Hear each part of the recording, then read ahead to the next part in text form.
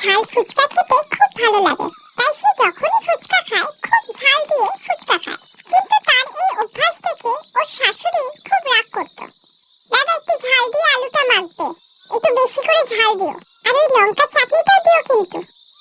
আরে দিদি, এই চাটনিটা খুব ঝাল, আপনি খেতে পারবেন না, আমি তো অল্পই মেশাই। খাইয়ে দাও ভাই, আমার বৌমা ওই ঝাল ফুচকাই খেতে ভালোবাসে, তাই বেশি কথা না বলে না খাইয়েই দাও। হ্যাঁ, এটা খুব ভালো হয়েছে, খুব ঝাল হয়েছে। তুমি যখনই এখানে আসবে না, এরকম ঝাল দিয়েই আমাকে ফুচকা বানিয়ে দেবে, ঠিক আছে? হ্যাঁ দিদি, নিশ্চয়, এবার থেকেই মনে রাখবো। আস্তে আস্তে এই কথা সবাই জানতে পারলো যে সৌমি খুব ঝাল দিয়ে ফুচকা খেতে পছন্দ করে। সৌমি একদিন একটা অনুষ্ঠানে যায়, সেখানে গিয়ে দেখে যে একটা ফুচকাওয়ালা সবাইকে ফুচকা খাওয়াচ্ছে, কিন্তু ওই ফুচকা সেই টেস্ট আসছিল না। সৌমি বৌদি, তুমি তোমার টেস্টের মতোই ফুচকাটাকে তৈরি করতে বলো, না হলে উনি তো একদম সাদা ফুচকা খাওয়াচ্ছেন। আরে ছাড়ো শেফালি, সোমিয়া যদি জলটা বানাতে বলে, ও তোমরা কেউ খেতে পারবে না। সোমিয়া প্রচুর ঝাল খায়, আর ও নিজের মতো করেই জল বানাতে বলবে, আর এমনটা হলে কেউই ফুচকা খেতে পারবে না। ওখানে পাশে একজন মহিলা দাঁড়িয়ে এই সব কথা শুনছিল। সে কাছে এসে বলল, যে যতই বলুক না কেন, আমার মতো ঝাল ফুচকা কেউই খেতে পারবে না। আমি অনেক কম্পিটিশন জিতে অনেক রেকর্ড ভেঙেছি, আমার মতো ঝাল ফুচকা কেউ খেতে পারে না, বুঝলে? হ্যাঁ বৌদি, সুইটি কাকিমা না অনেক কম্পিটিশন জিতেছে, অনেক ঝাল ফুচকা খেয়ে অনেক পুরস্কারও পেয়েছে। আপনার সাথে আলাপ করে খুব ভালো লাগলো, কিন্তু আপনি কি করে বলতে পারেন যে আপনার থেকে বেশি ঝাল ফুচকা আমি খেতে পারবো না? আমাদের মধ্যে তো কোনো কম্পিটিশন হয়নি। তো হয়ে যাক না কম্পিটিশন, কম্পিটিশনে আমিই তো জিতবো। আর একটা কথা, আলুটা কিন্তু আমি ঝাল করে মাখাবো, ঠিক আছে? আপনি বড়, আপনার শর্ত আমি মেনে নিচ্ছি। তবে নেক্সট উইক সোমবারে কম্পিটিশনটা হোক, আর যে জিতবে সে কিন্তু সবথেকে দামি স্মার্টফোনটা গিফটে পাবে। আমি এমনিতেই ভাবছিলাম একটা ফোন কিনবো, যাক বাবা, আমার টাকাটা বেঁচে যাবে। ঠিক আছে কাকিমা, তাহলে কম্পিটিশনেই দেখা হবে। সৌমি সুইটি কাকিমার সাথে প্রতিযোগিতা করবে বলে বাড়িতে চলে এলে ওর শাশুড়ি খুব রাগারাগি করে।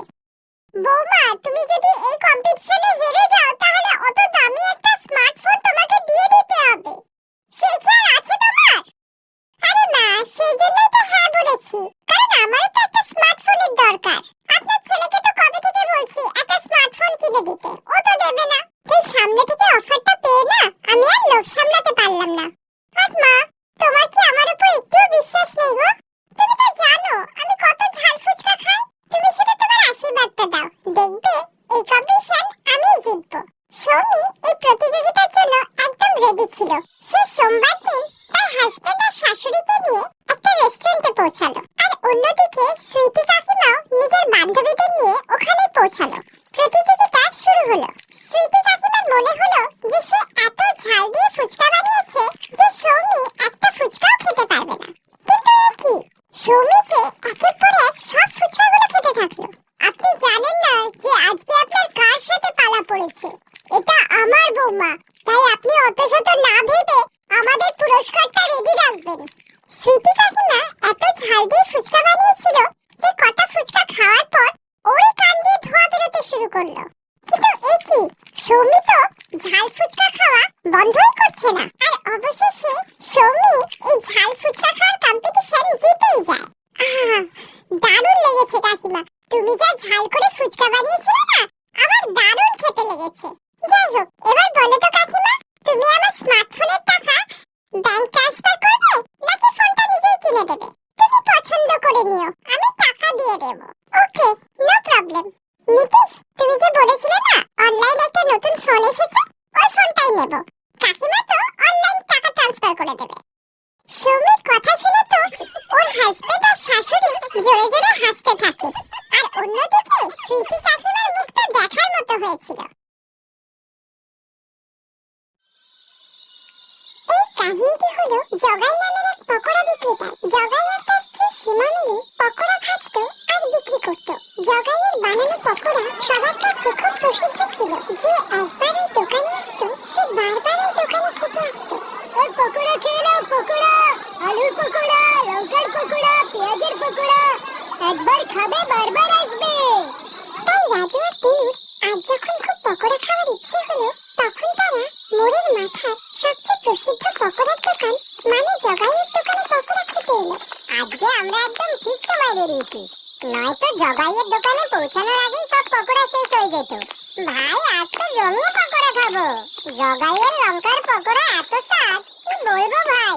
জানিস ভাই, একবার আমার বউ আমার উপর খুব খেপে গিয়েছিল, তখন আমি ওর জন্য জগাইয়ের দোকানের পকোড়া নিয়ে গেছিলাম। ভাই রাজু, সেই দিন আর আজকের দিন আমার বউ হিংস্র বাঘিনী থেকে শান্ত বিড়াল হয়ে গেছে, বুঝলি? রাজু আর দিনু কথা বলতে বলতে জগাইয়ের দোকানের একেবারে কাছে পৌঁছে গেল। আর দূর থেকে ওরা জগাইয়ের দোকানে অনেক লোকের ভিড় দেখতে পেল। আরে ভাই দিনু, জগাইয়ের দোকানে তো আজকেও খুব ভিড়, তবে আমাদের কি আজকেও আসতে দেরি হয়ে গেল? এই শুনে দিনু জগাইয়ের দোকানের দিকে দেখলো, কিন্তু একটা ব্যাপার দিনুর অদ্ভুত লাগলো যে দাঁড়িয়ে থাকা লোকেদের সবার হাতে লাঠি ছিল, আর কিছু লোকের হাতে তো আবার পাথরও ছিল। আরে ভাই রাজু, ভিড় তো দেখতে পাচ্ছি, কিন্তু সবার হাতে লাঠি আর পাথর কেন? কোনো ঝামেলা হলো না তো আবার? ওরা কিছু বুঝে ওঠার আগে ওই লোকগুলো চিৎকার করতে লাগলো, আর সবাই রেগে এক কথায় বলতে লাগলো, এই মার মার মার একে, মার শালাকে মার মার বলছি। এরপর রাজু আর দিনু দেখলো ওই লোকগুলো জগাইকে দোকান থেকে টেনে বের করে আনছে, আর বলছে, বেরিয়ে আয় বলছি বদমাইশ, বেরিয়ে আয়, আজকে তোকে তোর কাজের এমন শাস্তি দেবো যে তুই সারা জীবন মনে রাখবি। এই বলে ভিড়ের মধ্যে থেকে একটা লোক জগাইয়ের মাথায় জোরে লাঠি দিয়ে মারলো, আর জগাই যন্ত্রণায় কাতরাতে লাগলো। এরপর তো সবাই মিলে ওকে লাঠি দিয়ে মারতে লাগলো, আর জগাইয়ের মাথা থেকে রক্ত পড়তে লাগলো। ও সবার কাছে হাত জোড় করে ক্ষমা চাইতে লাগলো। ছেড়ে দিন, ছেড়ে দিন আমায়, ছেড়ে দিন। তোকে ছেড়ে দেবো? তোর মতো নির্লজ্জ অসৎ পকোড়া বিক্রেতাকে ছেড়ে দেবো? তোকে ছেড়ে দেওয়া মানে তোর এই কাজকে মেনে নেওয়া। এই বলে ভিড়ের মধ্যে থেকে একটা লোক ওর মাথায় পাথর ছুঁড়ে মারলো। এই দেখে জগাই নিজের প্রাণ বাঁচাতে দোকান ছেড়ে পালাতে লাগলো। এই লোকগুলো তো আমাকে মেরেই ফেলবে, আমাকে যে করেই হোক এখান থেকে বেরোতে হবে, না হলে আজ রক্ষে নেই। এই বলতে বলতে জগাই পালাচ্ছিল, আর ওর পেছনে ওই লোকগুলো তেড়ে আসছিল। রাজু আর দিনু এটাই বুঝতে পারছিল না যে আসলে এমন কি হলো যে ওই লোকগুলো ওকে তাড়া করছে, আর ওকে নির্লজ্জ পকোড়া বিক্রেতাই বা কেন বলছে। ওর প্রতি লোকেদের এমন রাগের কারণটা জানতে হলে আমাদের কিছুটা সময় পিছনে যেতে হবে। 410, 420, 430, 490, আজকের কামাই 500। এই করেই চলতে থাকলে তোমাকে পায়ের নুপুর বানিয়ে দেবো। না না, আমার নুপুর চাই না, লাগবে না আমার। কি হলো তোমার? সব সময় তো আমার কাছে গয়নার জন্য বায়না করো। হ্যাঁ, গয়না আমার চাই, কিন্তু সততার পয়সায়। তো আমি কোথায় স্মাগলিং করছি? আমি তো সততার সাথেই টাকা কামাচ্ছি। দেখো, তুমি নিজেও জানো তুমি কিভাবে পয়সা উপার্জন করছো। পকোড়া বানানোর জন্য তুমি কি করো, কেউ জানতে পারলে তোমার কি হবে ভেবে দেখেছো? তখন তোমার কেউ বাঁচাতে পারবে না। এই শোনো, বেশি জ্ঞান না দিয়ে চুপ থাকো। আমার যেরকম ইচ্ছে আমি সেরকম ভাবেই পকোড়া বেচবো। জগাই একজন নির্লজ্জ পকোড়া বিক্রেতা ছিল। সে পকোড়া তো বিক্রি করতো, কিন্তু খুবই নোংরা ভাবে। সে প্রথমে পকোড়ার গোল্লাটা নিজের বগলের তলায় চাপতো, আর তারপর সেটাকে তেলে ভাজতো, আর ওর এমনটা করতে খুব মজা লাগতো। এই হয়ে গেল পকোড়ার গোল্লাগুলো তৈরি। এইবার এইগুলোকে আমি আমার দুর্গন্ধযুক্ত বগলের তলায় চাপবো। এবার এগুলোকে ঢালবো কড়াইতে। এই বলে ও পকোড়াগুলোকে কড়াইতে ফেলে দিল, আর তারপর কড়াইতে ভাজা পকোড়াগুলোকে তুলে সেগুলো দেখে মনে মনে মুচকি এসে বলল, এই নাও, এই হয়ে গেল আমার আসল পকোড়া তৈরি। সীমা, আমাকে আরো বেসন দাও, অনেক পকোড়া ভাজতে হবে। সীমা রোজ ওর স্বামীকে এই নোংরা কাজটা করতে দেখতো, আর ওকে বারণও করতো, কিন্তু সীমার কোনো কথাই শুনতো না। এই বলো তো, তুমি প্রতিদিন কেন এই একই কথা বলো, একই ঘ্যান ঘ্যান করো? আমি কোনো ভুল কিছু করছি না, এটা তো বইয়ে লেখা আছে যে ঘাম ঝরানো টাকার মূল্যই আলাদা। আর আমি তো ঘাম ঝরিয়েই টাকা উপার্জন করছি, মানে আমার বগলের ঘাম। আর এই ঘামের স্বাদেই তো লোকেরা বারবার ছুটে আসে। নাও, তুমিও খাও আমার ঘাম ঝরানো পকোড়া। না না, আমি তোমার পকোড়া খাবো না। তোমাকে আরো একবার সাবধান করে দিচ্ছি, এই নোংরা কাজটা ছেড়ে দাও, না হলে এটাই তোমার কাল হবে। কিন্তু জগাইয়ের উপরে সীমার কথার কোনো প্রভাবই পড়তো না, আর সেটা নোংরা কাজটা চালিয়ে যেতে লাগলো। এবং যে ক্ষুদ্ররা ওকে অন্ধের মতো বিশ্বাস করতো, ও তাদেরকে ওর বগলের দুর্গন্ধে ভরা পকোড়া খাওয়াতো। এইভাবেই সময় কেটে যেতে লাগলো, আর সেও তার নোংরামি চালিয়ে যেতে লাগলো। এরই মধ্যে সীমা সন্তান সম্ভবা হয়ে গেল। এই শুনে জগাইও খুব খুশি হলো। দেখছো সীমা, ভগবান কিভাবে আমাদের উপর কৃপা করছেন। হ্যাঁ, দেখছি তো, আর তাই তো তোমায় বলছি, এখন তো এই নোংরা কাজটা ছেড়ে দাও, আমাদের যে সন্তান আসতে চলেছে। তুমি আবার শুরু করে দিলে। আমার উন্নতিতে তোমার কিসের সমস্যা? মাঝে মাঝে তো মনে হয় তুমি আমার সবথেকে বড় শত্রু। এই বলে আবারও জগাই সীমাকে চুপ করিয়ে দিল আর সে তার নোংরা কাজটা চালিয়ে যেতে লাগলো। কিন্তু কথাই আছে না, লুকিয়ে লুকিয়ে যতই খারাপ কাজ করো না কেন, একদিন তুমি ধরা পড়বেই। আর তখন তোমাকে তোমার সব অন্যায়ের জবাব দিতে হবে। একদিনের ঘটনা, জগাই পকোড়া বানানোর জন্য পকোড়ার গোল্লাগুলোকে নিজের বগলের তলায় চাপছিল আর তারপর ধীরে ধীরে ওগুলোকে কড়াইয়ে ফেলছিল। তখনই দূরে দাঁড়িয়ে থাকা এক ব্যক্তির এইসব নজরে এলে, আরে এই পকোড়া বিক্রেতা জগাই এসব কি করছে? হে রাম, ছি ছি ছি ছি, আমার তো এসব কাণ্ড দেখে বমি পাচ্ছে। লোকটি চুপি চুপি জগাইয়ের ভিডিও তুলে নিল আর তারপর ওর দোকানে গিয়ে বলল, জগাই, তুই তো খুবই নির্লজ্জ দেখছি। তোর গ্রাহকরা তোকে এত ভরসা করে আর তুই তাদের নোংরা পকোড়া খাওয়াচ্ছিস। নোংরা পকোড়া? এ আপনি কি বলছেন ভাই? ন্যাকামো ছেড়ে সত্যি করে বল জগাই, তুই এই পকোড়াগুলোকে কেন তোর বগলের তলায় চাপিস? ছিছি সাহেব, আপনি এসব কি বলছেন? আমি তো একদম পরিষ্কার পরিচ্ছন্ন ভাবে সততার সাথেই আমার কাজ করি। কি সীমা, বলো না। সীমা জগাইয়ের কথার কোনো উত্তর দিল না। সে শুধু মাথা নিচু করে দাঁড়িয়ে থাকলো। লোকটি বুঝতে পারলো যে জগাই এইভাবে মানবে না, তাই সে জগাইয়ের ভিডিওটি সবাইকে পাঠাতে লাগলো। আর যারাই ওই ভিডিওটা দেখলো সবারই তা দেখে বমি পেতে লাগলো। ছি ছি ছি ছি, বাপরে, আমিও তো ওর এখান থেকে পকোড়া কিনে খেয়েছিলাম। ও এইভাবে পকোড়া বানায়? ওর এই পকোড়া খেলে যে লোকের মৃত্যুও হতে পারে। তারপর ওই ভিডিওটি 10 থেকে 100, 100 থেকে 1000 আর 1000 থেকে লাখো মানুষের কাছে পৌঁছে গিয়ে ভাইরাল হয়ে গেল। আর এই ভিডিও দেখে সবাই রেগে লাঠি আর পাথর নিয়ে জগাইয়ের দোকানে হাজির হয়েছে। আজ আর রক্ষে নেই, আজ একে এর পাপের শাস্তি দিয়েই ছাড়বো। আজ ওকে মেরেই ফেলবো।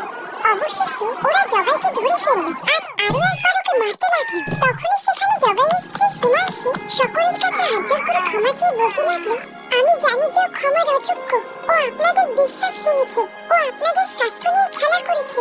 কিন্তু আপনারা ওকে মেরে ফেললে তো আমার পেটে যে সন্তান রয়েছে সে তো ওর বাবার ছত্রছায়া থেকে বঞ্চিত হবে। ভগবানের দোহাই, আমার সন্তানের মুখ দিয়ে ওকে ছেড়ে দিন, ছেড়ে দিন ওকে। একজন গর্ভবতী মহিলার প্রার্থনা শুনে সকলের মনে দয়া হলো আর তাই ওরা জগাইকে এই শর্তে ছেড়ে দিল যে, কান খুলে শুনে রাখ জগাই, তোকে ছেড়ে দিচ্ছি একটা শর্তে। এখানে তুই আর পকোড়া বিক্রি করতে পারবি না, তোকে এই জায়গা ছাড়তে হবে। সীমা ওদেরকে কথা দিল, তাই জগাইকে ওই জায়গাটা ছাড়তে হলো। বারবার বারণ করা সত্ত্বেও জগাই তার নোংরা কাজটা চালিয়ে যাচ্ছিল। আর তাই আজ ওর এই স্বভাবের জন্য শুধু ওর প্রাণ সংশয় হলো না, তার সাথে সাথে ওকে সেই জায়গাটাও ছাড়তে হলো যেখানে ওর ব্যবসা ভালো চলছিল। আর জগাই যেখানে দোকান দিতে যায় ওর পুরনো পাপ কর্ম ওকে সেখানেই তাড়া করে। আজও সে তার পাপের জন্য খুবই অনুতপ্ত। কিন্তু কথাই আছে না, জুতো মেরে গরুদান করে কি বালা।